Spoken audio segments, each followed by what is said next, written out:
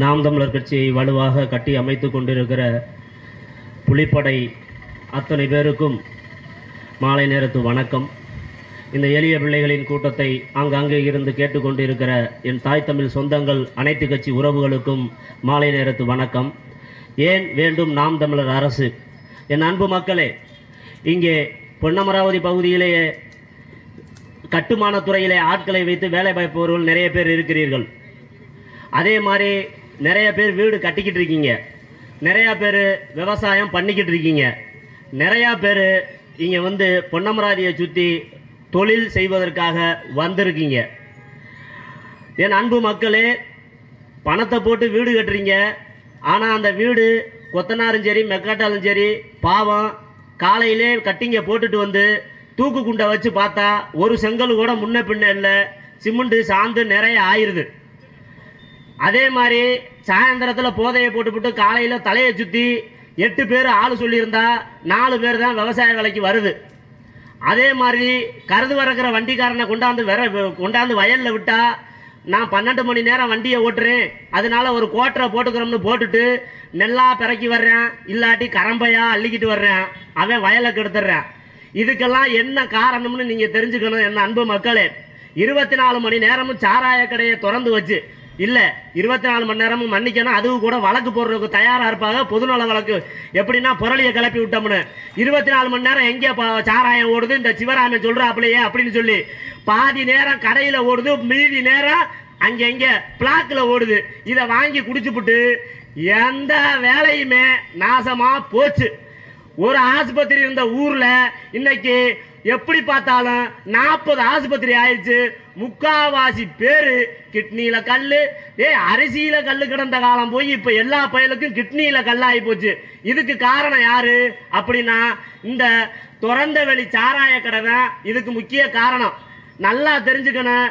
சாராயத்தை ஒழிச்சா மட்டும்தான், சாராயத்தை ஒழுங்குபடுத்தினா மட்டும்தான். அண்ணாதுரை சொன்னாரு, என்ன சொன்னார் தெரியுமா? சாராயம் குடிச்சு வர்ற காசுல வருமானத்தை ஈட்டுற அரசாங்கம் குஷ்டரோகி கையில இருந்து நக்குற தேனுக்கு சமம்னு சொன்னாரு. இன்னைக்கு நீ 1000 ரூபாய் வாங்கின பிரியா பஸ்ல போற அப்படின்னா அது குஷ்டரோகி கையில நக்குன தேனு மாறின. நீ வேணா நினைச்சுக்கிட்டு இருக்கலாம் 1000 ரூபாய் கொடுக்குது, 1000 கொடுக்குது, 2000 கொடுக்குது, 3000 கொடுக்குதுன்னு. எல்லாமே கொடுக்குற அரசாங்கம் தண்ணியை மட்டும் இலவசமா ஏன் கொடுக்க மாட்டேங்குது? தண்ணி இன்னைக்கு பெரிய வியாபார பொருள் ஆகி போச்சு. இந்த அம்மா ஆட்சியில 10 ரூபாய்க்கு கேனு தண்ணி கொடுத்தாங்களே பஸ் ஸ்டாண்டுக்கு, இன்னைக்கு ஏன் அந்த அரசாங்கம் அந்த தண்ணியை நிப்பாட்டுச்சு?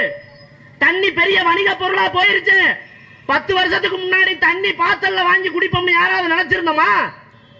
இன்னைக்கு தண்ணி காசுக்கு வாங்கி குடிக்கிற நிலைமை ஆகி போச்சு. யாரு காரணம்? திராவிட வளர்ச்சி எப்படின்னு சொல்லணும்னா எளிமையா 2 ரூபாய்க்கு அரிசி வித்துச்சு, வாங்கி சாப்பிட முடிஞ்சுச்சு. 1 ரூபாய்க்கு அரிசி வித்துச்சு, வாங்கி சாப்பிட முடிஞ்சுச்சு. அந்த 1 ரூபாய்க்கு வாங்கி சாப்பிட முடியாம நீ ஓசி அரிசி போட்டா தான் தமிழ்நாடு மக்கள் வாழ முடியுங்கிற நிலைக்கு கொண்டாந்து விட்டதுதான் இந்த திராவிட மாடல், திராவிட அரசு. இந்த அரசு இதை தூக்கி எறியாம இந்த நாட்டில் விடிவு காலமும் பிறக்க போறதுல எல்லா பையனும் மானத்தோட ரோசத்தோட வெக்கத்தோட சூடோட சொரணையோட வேட்டி கட்டி வாழ போறதும் இல்ல. நீ என்னைக்கு அரசாங்கம் எதை எடுத்தாலும் ஓசியில குடுக்குதுன்னு போச்சோ, ஓசியில குடுக்குதுன்னு வாங்கினியோ, அன்னைக்கே நீ தன்மானத்தை இழந்துட்ட. உன் குடும்பத்தை காப்பாற்ற முடியாது. கவர்மெண்ட் காசு கொடுத்தா தான் நீ பொங்கல் கொண்டாட முடியும். 1 கிலோ மூலம் ஒரு கரும்பு கொடுத்து வாழ்நாள்ல சங்க இலக்கியத்தில இருந்து பன்னாட்டு தொகுப்பு 10 தொகை 8 தொகையில இருந்து பொங்கல் பண்டிகையை எவ்வளவு பெருமையா சொல்லியிருக்கு. தமிழனுக்கு இருக்கிற பண்டிகை ஒரே பண்டிகை பொங்கல் பண்டிகை. ஆனா அரசாங்கம் ஆந்திராவில் போய் பச்சரிசியை கொண்டாந்து உனக்கு 1 கிலோ பச்சரிசி, அதுவும் வெல்லமும் இல்ல சீனி தான் கொடுத்தா தான் உன் வீட்டுல பொங்க வைக்கணுங்கிற நிலைமைக்கு இந்த திராவிட அரசு கொண்டாந்து விட்டுருச்சு. இதுக்காண்டியாவது இந்த திராவிட அரசை ஒழிக்க வேண்டாமா? யாருக்கு பாதுகாப்பு இருக்குது? நீங்க நல்லா சொல்லுங்க. பெண்களுக்கு பாதுகாப்பு இருக்கா? இல்ல சொந்த கட்சிக்காரனுக்கு பாதுகாப்பு இருக்கா? எதிர்கட்சிக்காரனுக்கு பாதுகாப்பு இருக்குதா? இல்ல கருத்து சுதந்திரம் இருக்குதா? எதுவுமே இல்ல. எல்லாமே இந்த என்னன்னா கண்ணு கட்டின தூரம் எதிரியே இல்லைன்னு, கண்ணு கட்டின தூரம் எனக்கு எதிரியே இல்லைன்னு சொன்ன ஜெயலலிதாவுக்கு புதைக்கிறதுக்கு இடம் கிடைக்காம 6 அடி நிலமே அரசாங்க இடத்துலதான் ஆயிரக்கணக்கில் சொத்து இருந்தாலும் 6 அடி நிலம் 10 அடி நிலம் அரசாங்கத்துல புதைக்கப்பட்டிருக்குது. பல லட்சம் ஏக்கர் வாங்கியிருந்தாலும் வீடு கட்டியிருந்தாலும் இந்த இடத்துல புதைக்கிறதுக்கு வழி இல்ல. அவ்வளவு ஏழ்மை நிலைமையில தான் இருக்காங்க. அந்த அம்மா காலத்துல, ஜெயலலிதா அம்மா காலத்துல என்ன இந்த நாட்டுல அவங்க சொன்னதுதான் கண்ணுக்கு எதிரே எனக்கு எதிரியே இல்லைன்னு சொன்னாங்க. கொஞ்ச நாள்ல அவங்களே காணாம போயிட்டாங்க.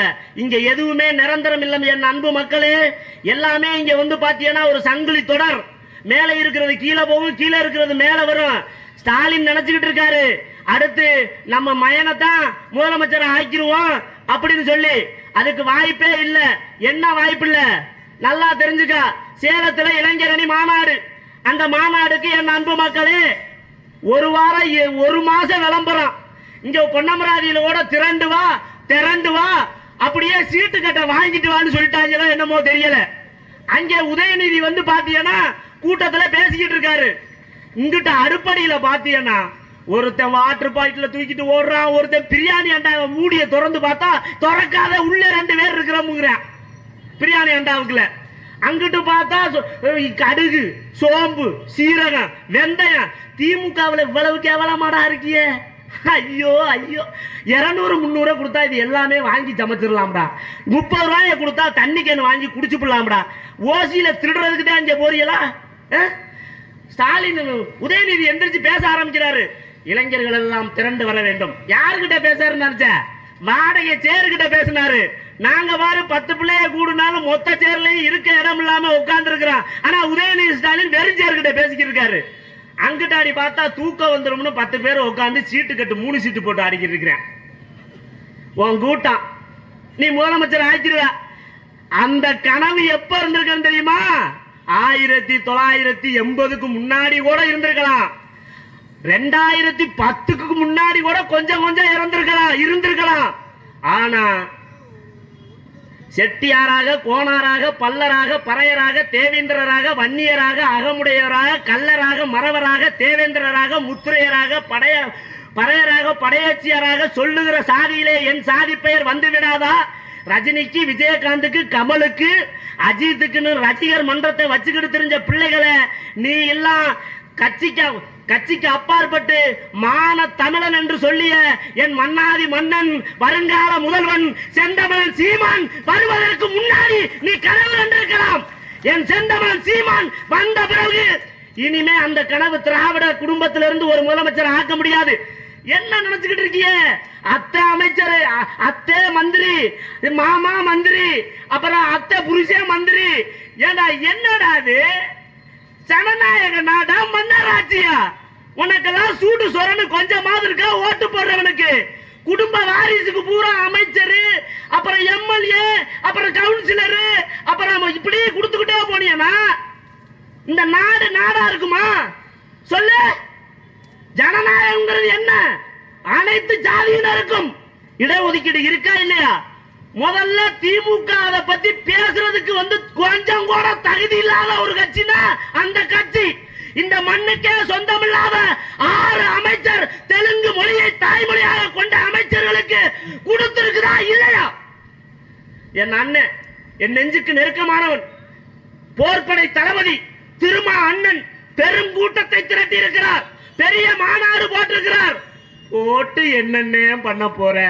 உன்னைய உட்கார்றதுக்கு பிளாஸ்டிக் சேர் தானே கொடுப்பாங்க இவங்க. நம்மளை வச்சிருக்கிறதே அவங்க அப்படித்தானே. திமுக திரும்ப அண்ணன் இல்லைன்னா திமுக வெற்றியே இல்ல. ஸ்டாலினுக்கு நெஞ்சில இருக்கிறாராம். நெஞ்சில இருக்க வேண்டாம், எதுலயும் இருக்க வேண்டாம். முதல்ல அவருக்கு 5 சீட்டு கொடு, அது போதும். ஜனநாயகத்துல ஏய், நாம் தமிழர்ல இருந்துகிட்டு நீ என்னடா திருமாவுக்கு சீட்டு கொடுக்க சொல்ற?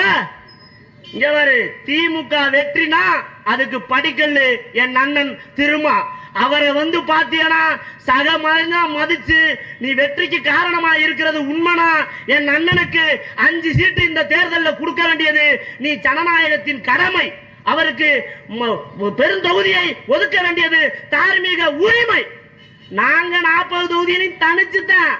இங்க பாரு, ஓ நாய், சென்னாய், இதுதான் பாத்தீங்கன்னா முதுன்னு ஒரு சிங்கம் வந்துருச்சு. இல்லக்கா ஒடிஞ்சு போன மானு கிடந்துச்சுன்னா வேட்டையாடி மொத்தமா ஒடியாரு. அப்புறம் ஒரு அண்டா செடியை கொண்டாந்தோம்னா எச்சியலைய வெளியே கொண்டாந்தோம்னா பன்னி தான் 10-20 பொசுக்குன்னு ஒடியாரு முழு முழுன்னுக்கிட்டு. இது சிங்கம், அதுவும் பிரபாகரன் உருவாக்கிய புலிப்படை. இது எப்போதும் தனிச்சுதான். நான் கடைக்கோடி உறுப்பினர், நாம் தமிழர்ல கடைக்கோடி உறுப்பினர். நான் சொல்றேன், என்னைக்குமே நாம் தமிழர் கட்சி யாரோடும் கூட்டணி அல்ல. குறிப்பாக தேசிய கட்சி பிஜேபி காங்கிரஸோடு வாழ்நாள் முழுக்க கூட்டணியே இல்லை. இந்த திராவிட கட்சிகளோடு என்றுமே கூட்டணி இல்லை. இது மாற்று கட்சிய நண்பு மக்களே, மறு வச்ச கம்யூனிஸ்ட், மறு இல்லாத கம்யூனிஸ்ட் ரெண்டு இருக்கும். அது பாத்தீங்கன்னா எப்ப பார்த்தாலும் பெரிய புரட்சியா காட்டிக்கொள்ளும். ஆனா இந்த திமுக நடத்துகிற இந்த ஊழல்களுக்கு, திமுக நடத்துகிற இந்த கொலை கொள்ளைகளுக்கு எப்போதுமே அது கொடி பிடிக்கிறது இல்ல. ஏன்னா அது 30 கோடி ரூபாயா 300,000 கோடி ரூபாய்க்கா அந்த கடை கட்சி அடகு வச்சுட்டாங்க போன தேர்தலுக்கு. அதனால என் அன்பு மக்களே, தனிச்சு நிக்கிறது ஒரே தமிழ்நாட்டில் தகுதி யாருக்குன்னா என் அண்ணன் செந்தமிழன் சீமானுக்கு மட்டும்தான். இது ஒரு சாதனை போதாதா? எப்ப எத்தனை வருஷமா தனிச்சு நிக்கிறான்? என்னைக்குமே தனிச்சுதான். நீ பெரிய கட்சி, ஆண்ட கட்சி, அமைச்சரை வச்சிருக்கிற கட்சி, மந்திரிகளை அனுப்புன கட்சி, எம்பிகளை வச்சிருக்கிற கட்சி, நீ தனிச்சு நின்று பாப்போம். போடாத ஓட்டு, போடாத போடாத. காங்கிரஸ் கார்த்திகை சிதம்பரத்துக்கு போடாத போடாதேனா கூப்பாடுனா கத்துனா கெஞ்சுனா போட்ட இந்த தொகுதியில ஜெயிக்க வச்ச அவரை என்னைக்காவது யாராவது பார்த்திருக்கிறா? அவர் வர்றதே இல்லை. அவர் சீரியல்ல ரொம்ப மும்முரமா இருக்கிறாரு. உனக்கிட்ட ஓட்டு கேட்டதே இந்த சீரியலை பாத்தியா அந்த சீரியலை பாத்தியான்னு தானே ஓட்டு கேட்டாரு. அவர் சீரியல் பைத்தியம், அதனால வெளியே வர மாட்டாரு. அடுத்து அவருக்கு சீட்டும் கொடுக்க மாட்டாங்க. ஏன் தெரிஞ்சு போச்சு? அது காங்கிரஸ் இத்து போனது வித்து போனது. எப்படி சொல்றேன் கேட்டுக்கா? என் மக்கள் ஸ்ரீலங்காவிலே பல லட்சக்கணக்கான மக்களை கொன்று குவித்த காங்கிரஸ் இந்த மண்ணில் இருந்து கொஞ்சம் கொஞ்சமாக அழியும். இந்தியா கூட்டணி ஒரு கூட்டணி, அது கொஞ்சம் கொஞ்சமா பாத்தியனா உதுந்த மட்டை மாதிரி குருத்து மட்டனே இருக்கும் போல நீ எல்லாமே கலண்டு கலண்டு போயிரும். அந்த காங்கிரஸ் கட்சி தரிசா போயிரும். காங்கிரஸ்ல இருக்கிறவனும் தரிசா போயிருவான். அந்த கட்சி போயிரும். ஏன் தெரியுமா? என் தேசிய தலைவன் பிரபாகரன் இளைய மகன் சின்ன பாலகன் பாலச்சந்திரன், அந்த பாலச்சந்திரனை அருமையாக கூட்டியாந்து உட்கார வச்சுட்டு சத்தமில்லாத தோட்டாவால் அவன் எங்க காங்கிரஸ் தலைவர்கள்ட்ட தான் போன் பண்ணி கேட்டிருக்காங்க. பிரபாகரனோட இளைய மகன் பாலச்சந்திரன் கஸ்டடியில இருக்காப்ல, அவரை என்ன பண்ணலாம்னு சொல்லி. ஆனா தமிழ்நாட்டு தலைமைங்கிற அன்னைக்கு இந்த மண்ணில இருந்த திமுக தலைவர் கருணாநிதி, தலைமையில இருந்த சோனியா காந்தி, ராகுல் காந்தி, பிரபாகரன் இனத்தில் அவர் குடும்பத்தில் ஒரு வாரிசு கூட இருக்கக்கூடாதுன்னு சொல்லி என் பாலச்சந்திரன், என் அன்பு தம்பி, எங்களின் தலைவனின் இளைய புதல்வன் சத்தம் கேட்காத துப்பாக்கியை வச்சு 5 குண்டு நெஞ்சில சுட்டிருந்த அன்னைக்கு எடுத்ததுதான் சபதம். நாம் தமிழர் பிள்ளைகள், நீ எங்களை வேணா நினைச்சுக்கிட்டு இருக்கலாம், சாதாரணவங்க இவங்களா நாட்டை கைப்பற்ற போறாங்க. இவங்க பேசி பேசி நல்லா தெரிஞ்சுக்க, உலகத்தில் அசாதாரண ஒன்றை சாதாரணமாக முடிப்பதுதான் புரட்சியாளர்களின் கனவு. அசாதாரணமான ஒன்றை முடிப்பதற்காக உருவாக்கப்பட்டதுதான் நாம் தமிழர் கட்சி.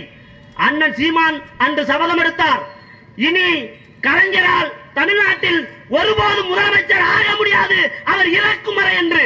அந்த சபதத்தை என் அண்ணன் செந்தமிழன் சீமான் நிறைவேற்றி காட்டினான். கடைசி வரை கலைஞரால் முதலமைச்சராக ஆக முடியவில்லை. இதே மாதிரி இனிமே இந்தியாவில் என்னைக்கு காங்கிரஸ் இந்த மண்ணில் இந்திய தேசத்தை ஆள ஒருபோதும் முடியாது. அது செத்து மெல்ல மெல்ல மெல்ல செத்து மண்ணில் காணாமல் போகுமே ஒழிய, காங்கிரஸ் குடும்பம் தரிசாக போகுமே ஒழிய, என் அண்ணன் தம்பி சித்தப்பன் பெரியப்பன் மாமன் மச்சான் அக்கா தங்கச்சி என் தொப்புள் கொடி உறவுகள் 1,90,000 என் சொந்தங்கள் விட்ட சாபம் அந்த குடும்பத்தை அழிக்காமல் விடாதா? அந்த குடும்பத்தை அழிக்காம விடாது. அதே மாதிரி இன்னைக்கு ஆளுங்கட்சியா இருக்கிறவங்கிற திமுருல, ஆளுங்கட்சியா இருக்கிறவங்கிற ஆணவத்துல, ஆளுங்கட்சியா இருக்கிறவங்க மதவையில என் தம்பிகளையும் என் அக்காக்களையும் ஆங்காங்கே நீ தொடுகிறாய், கொலை செய்கிறாய். இந்த ஆட்சி ஒருபோதும் உனக்கே நிலையானது அல்ல. நாம் தமிழர் அரசுக்கு நாளைக்கு இந்த ஆட்சி கைவுக்கு வரும். என் அன்பு மக்கள் கூடியிருக்கிற என் சொந்தங்கள் எங்களுக்கு வாக்களித்து தேர்ந்தெடுப்பார்கள். இன்னைக்கு பால்வாடியில ஊழல் பண்றவன், இந்த பள்ளிக்கூடம் கட்டடத்துல ஊழல் பண்றவன், பாலத்துல ஊழல் பண்றவன், விவசாய அதிகாரிகளா ஊழல் பண்றவன், இந்த சட்ட அமைச்சர் ரகுபதி 6 வழக்குகள் பதியப்பட்டிருக்குதே சட்ட அமைச்சர் ரகுபதிக்கு. இந்த வழக்குகள்ல தப்பிச்சுக்கிட்டு திரியறவன், பல கோடி ரூபாயை கொள்ளையடிச்சுட்டு திரியறவன், ஊராஞ்சத்தை உலையில போட்டு திரியறவன், உனக்கு கொடுக்க சொன்ன 500 ரூபாய் காசுல ஆட்டையை போட்டு இந்த தலைவர் கிளை செயலாளர் வட்ட செயலாளர் சொல்லி 300 ரூபாயை கொடுத்துட்டு 200 ரூபாயை ஆட்டையை போட்டிருக்கான் பாரு. இவன் பூரா ஒரு நாள் நாம் தமிழர் அரசியல சிக்குவான். அன்னைக்கு வச்சு செய்வோம், வச்சு செய்வோம். இது சத்தியம் உறுதி. இறுதியாக நீர்ப்படை, நிலப்படை, நீல் விசும்புப்படை என்று முப்படை கண்டான். முப்படை கண்டான். எம் நிலத்தை எம்மிடம் ஒப்படை என்றான். சேர சோழ பாண்டியருக்கு பிற்பாடு படை திரட்டிய பச்சை தமிழன் இவனாவான். முப்படை கண்டதனால் முக்கன் சிவனாவான். இருந்தால் எமக்கு தலைவன், இல்லையே எமக்கு இறைவன். மேதகு வேலுப்பிள்ளை பிரபாகரனை வணங்கி விடைபெறுகிறேன். நன்றி, வணக்கம். நாம் தமிழர், நாம் தமிழர், நாம் தமிழர். அடுத்ததாக